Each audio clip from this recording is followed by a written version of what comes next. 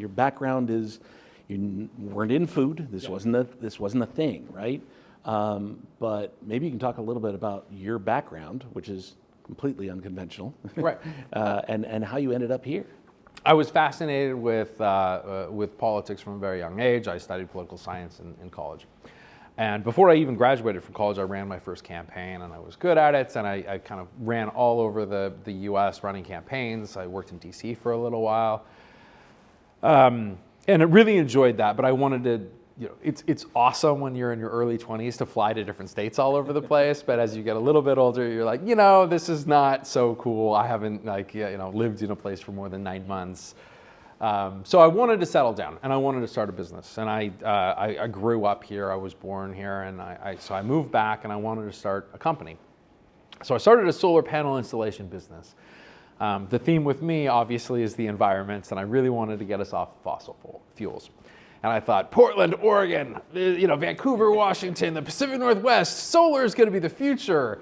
And it really wasn't. My first business that I started tanked hard, and I lost everything that I had saved up, everything that I had owned. And that was a real learning experience for me to kind of go through that. So I went back to, I got a job at a bar, and I was pouring drinks all night and writing business plans all day, and it was very cliched. And I became really frustrated with that process. I just didn't, I wasn't happy with it. And I just wanted to start something. And I had all of these ideas, and I didn't know where to go. And so I thought, I make a mean sandwich. I'm going to open a food cart, and that's what I'm going to do.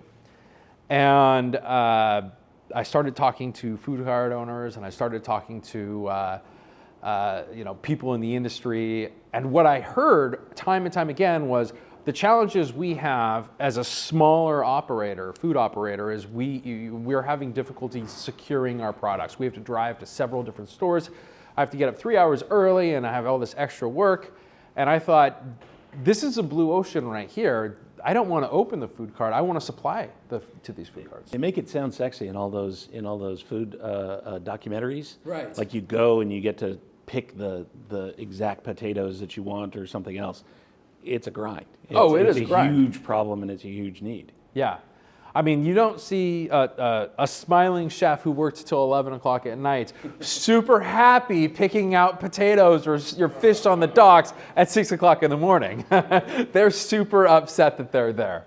And if they could, they wouldn't be. And that's the service that we provided for them, is that we said, hey, why don't we just show up and bring you your products? Because it's a kind of an entrenched market with a couple of big players. Right. I mean, as far as I know, I think I'm the only person who started a broadline distribution company up in the last at least 20 years in the Pacific Northwest.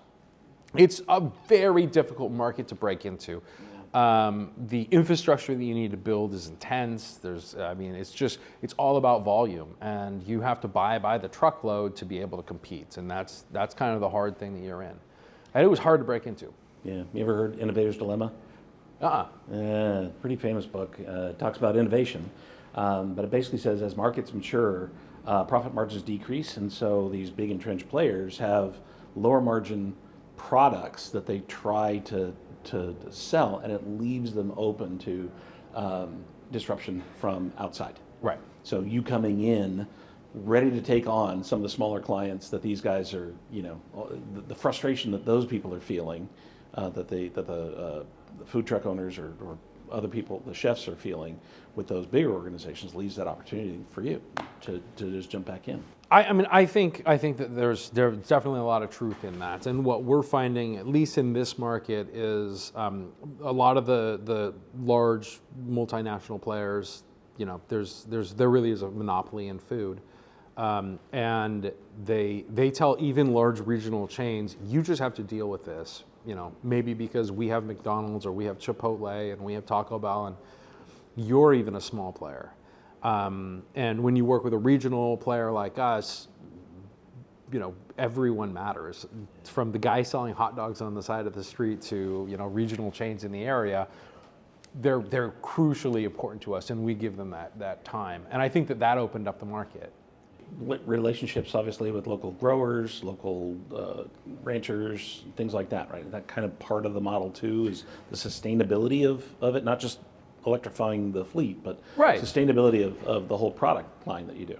Right. So yeah, we team up with people that we can. I identified some problems that we're still working on. Our Pioneer Meats line is a way to give more money to local ranchers who raise cattle, and at the same time give us a better quality product, a fresher product. So the way that it goes, and most people don't know how this works, but ranchers raise cattle, and then these large, there's only 2 or 3 major producers, buy cattle, put them on a truck, bring them to Stockton, feed them a whole bunch of stuff that they shouldn't be eating so that they fatten them up really quick, slaughter them, and then truck them back, right?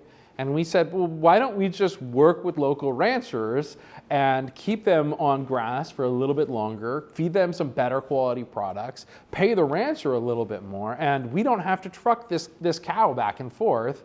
So that's some of the things that we are trying to do and try to set up. And we're working with some really innovative players, some guys that in Western Washington that are trying to do single origin wheats. And I mean, we're setting up different models for how it works rather than just what the 2 or 3 largest multinational companies say.